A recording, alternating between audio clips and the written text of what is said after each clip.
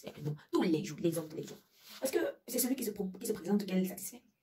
Donc, il n'y a pas, elle ne tient pas compte de la taille. Oh, c'est petit. Est-ce que ces gars-là, vous êtes satisfaits? Moi, je veux connaître. Mettez en commentaire ceux qui ont déjà fréquenté les filles de rue. Coucou mes zozos, coucou mes charbonneurs, coucou mes jokers. J'espère que vous allez bien parce que moi, je vais bien. Alors, cette année, on va recommencer à parler des histoires tabous. Ouais, c'est vrai que depuis, on ne parlait plus de ça parce que j'étais un peu trop occupée, je n'étais plus vraiment là. On va bavarder. J'espère surtout que vous allez interagir et que vous allez me donner vos avis. Ok, aujourd'hui, on va parler de béance vaginale. Pour ceux qui vont venir me dire que tu n'as rien d'autre à faire, que ce sont seulement des sujets comme ça qui t'intéressent, je tiens à vous dire que l'épanouissement de l'homme, il réside aussi. Ça veut dire que vous avez beau avoir de l'argent, avoir du succès, mais si jamais ce côté-là, votre côté sexuel, n'est pas vraiment bien, vous n'êtes pas épanoui sexuellement, vous n'allez plus produire grand-chose, ou alors vous allez produire, mais vous ne serez pas bien dans votre chair, dans votre esprit.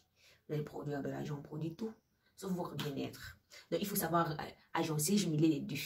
Ok, on va parler de la béance vaginale. Béance vaginale, on entend quoi par béance vaginale? La béance, en fait, en français plus simple, c'est une manière de dire que le couteau ne sert pas que le oui. Ça danse comme ça. C'est un gars qui sont dans l'océan.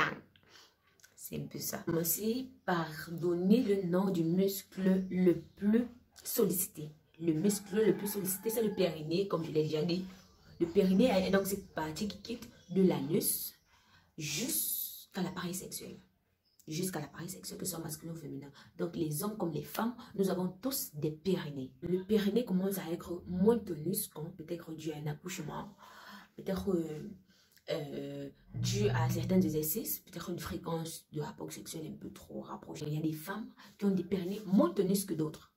Donc c'est naturel. Donc ce n'est pas de sa faute. Même qu'elle n'a que toi comme partenaire, mais son périnée a tendance à lâcher.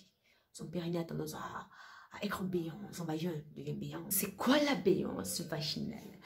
Béance, c'est quelque chose qui a une large ouverture pour le partenaire. Ce n'est jamais une partie de plaisir d'ancrer dans quelque chose où que tu es en train d'énergie seulement.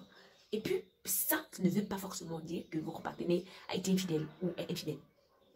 Non, rien de là. Alors maintenant, si vous souffrez d'une béance vaginale, ne vous inquiétez pas.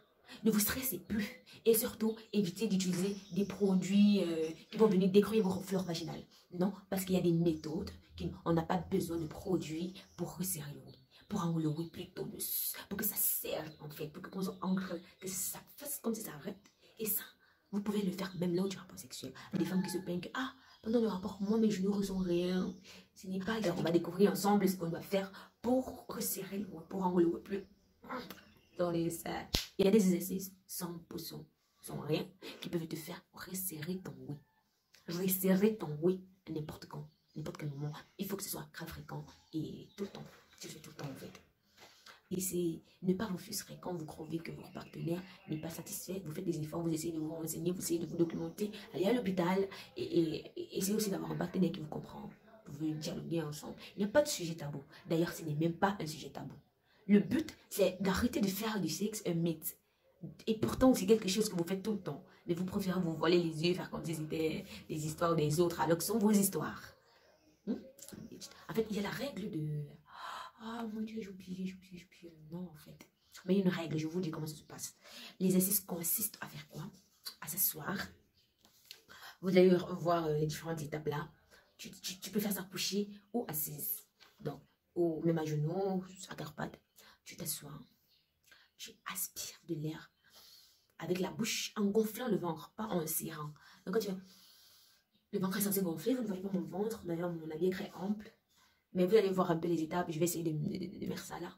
Fermons, c'est quoi l'urètre? La partie où l'urine sort là, oui. Tu fermes, c'est comme si tu veux empêcher l'urine de sortir. Là, ça travaille le périnée. Le périnée est en train de se muscler. En fait, c'est le sport.